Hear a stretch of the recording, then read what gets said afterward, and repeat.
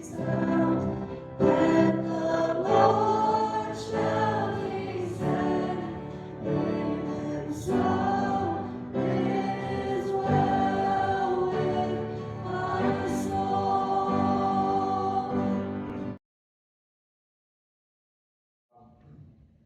understand from your announcements that tomorrow will be See You at the Pole. I don't know about you, but how many of you watched any part of Charlie Kirk's memorial service on Sunday? Some of you. How many of you know who Charlie Kirk was?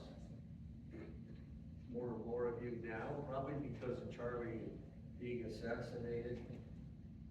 I watched Charlie's memorial service on Sunday on the television, and I was absolutely amazed at the boldness of people at that memorial service, the boldness to talk about Jesus.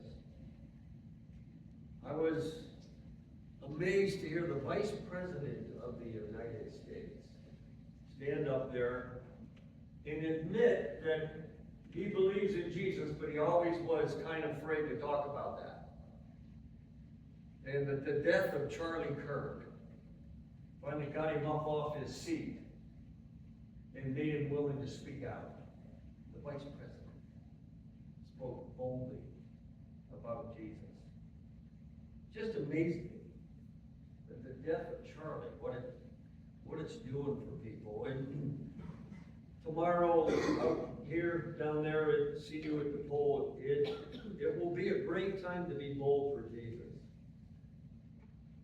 To show that we know him, we love him, we believe in him, we talk to him.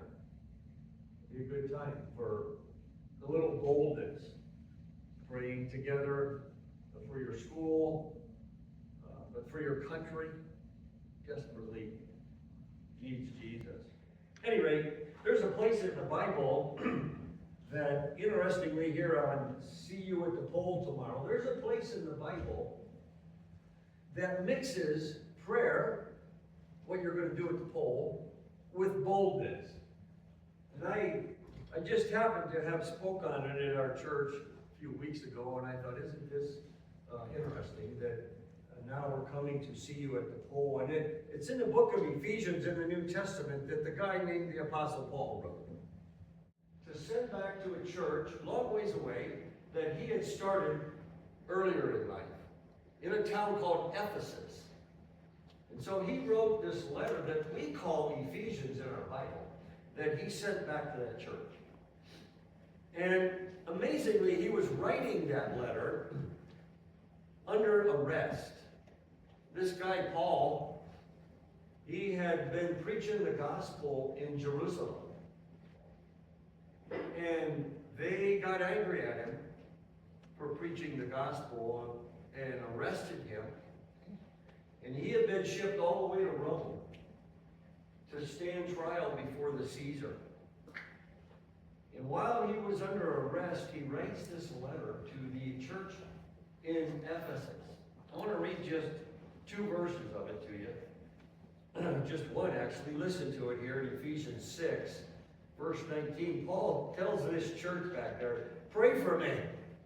Pray for me, he says. Ask God to give me the right words so I can boldly explain God's plan, that the good news is for the Jews and the Gentiles, everybody. So here Paul is under arrest for preaching. He writes a letter, sends it to the church in Ephesus, and says, pray for me, you guys. I'm under arrest. I don't know what's going to happen. It could be the end for me.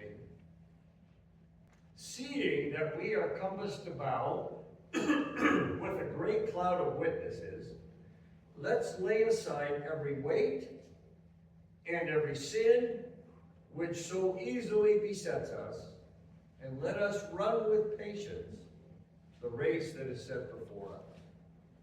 I like this verse partly because I ran track in high school. Up there at Jersey Shore. Tell the truth, I didn't like track. I liked football. And I liked basketball. I played those 2 sports, but my coaches kind of made me run track. so that I would stay in shape for football and basketball. So I ran track, and one time with my coach, I was joking during practice, and I told him, let me run a 100-yard dash. And he laughed, was calling me a turtle and all that, we were horsing around. I never expected him to actually do that. All of a sudden he turned to me and said, okay, you're running the 100 next week. But here's the deal, he says. If you don't come in at least third, really? If you don't come in at least third, the next track meet, you're going to run the 2 mile all by yourself. Oh my goodness. I thought, okay, I'll take you up on that. And I ran the 100-yard dash. Well, I don't even have to get into it. I've got my reasons why I didn't come in even third. Who knows? I might have been sixth, because I'm not fast enough. I'm not used to getting down in those, what they call blocks, where they get down there and do their little stance thing and take off. Half-milers did not do that. We started up standing up, and so the whole thing was kind of like weird for me, but I had to do it because the coach told me.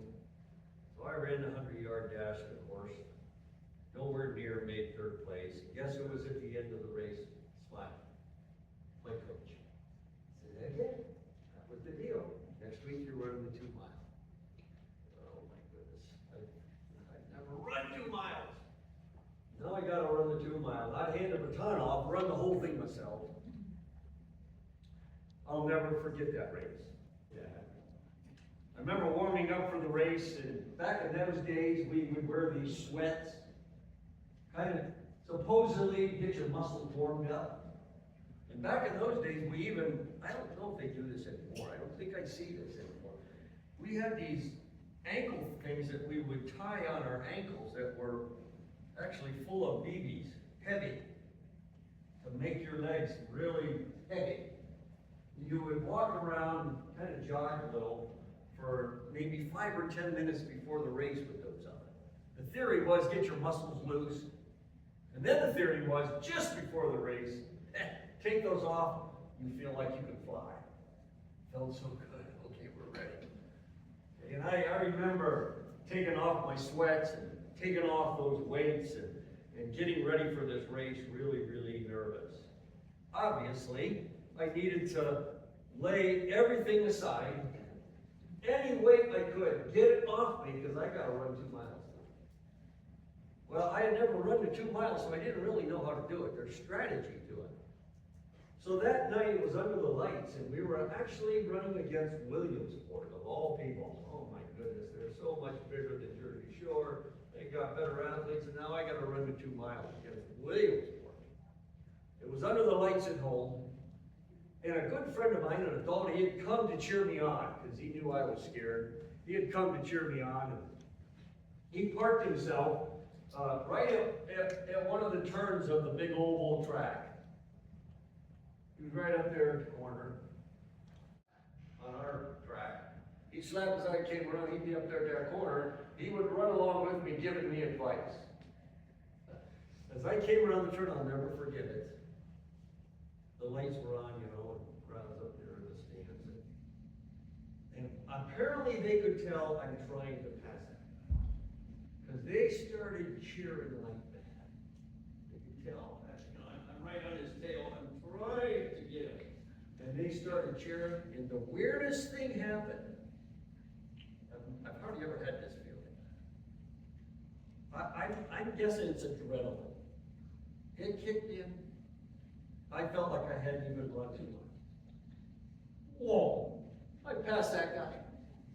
I came in third place and collapsed at the end of the race, literally collapsed. And I crossed the line in third place. The crowd had cheered me on in my run, in my race. They had cheered me on at a level that I never knew actually existed, that I could do something like that. And I tell you that because here in Hebrews, the Bible says that as Christians, we are running a race. I just want to challenge you. Go out and live for Jesus. Be bold for him.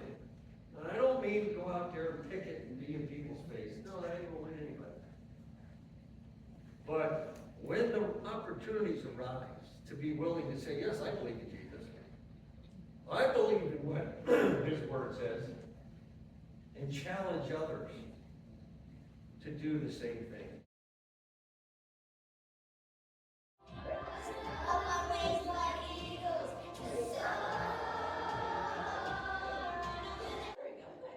Sometimes we get caught doing things we shouldn't be doing, right? Yeah. Ooh, I remember lots of times being caught doing things I shouldn't be doing when I was a kid. Even as a grown-up, sometimes I've had to be pulled over by a police officer because I was going too fast in a speed limit.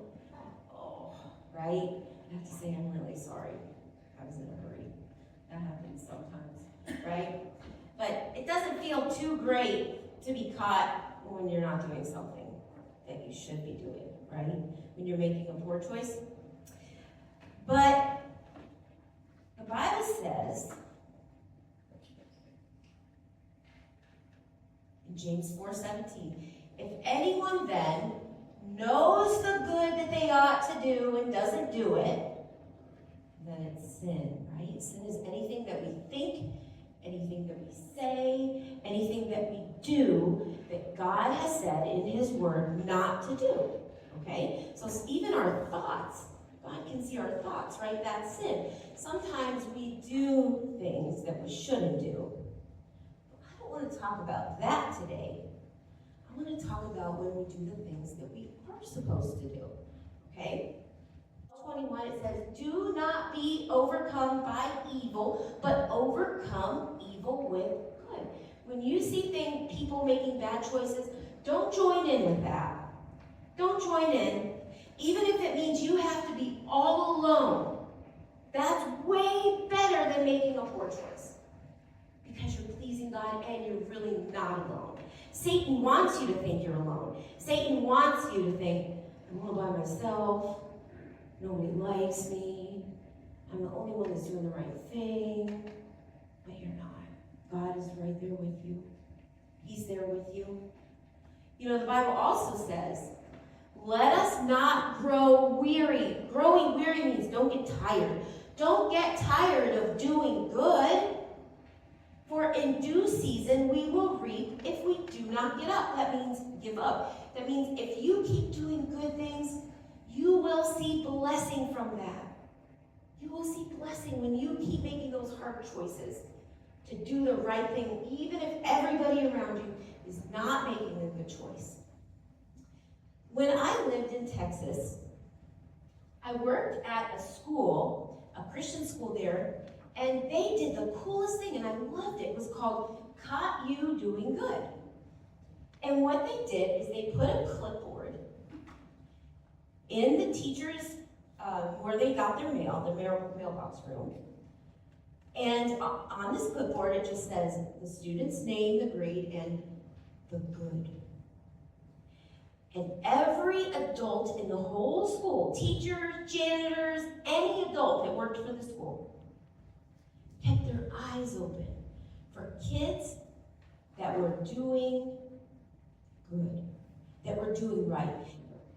So I've been thinking about it, and I asked Mr. Blackman and their teachers if we could try this here. What do you think? Should we try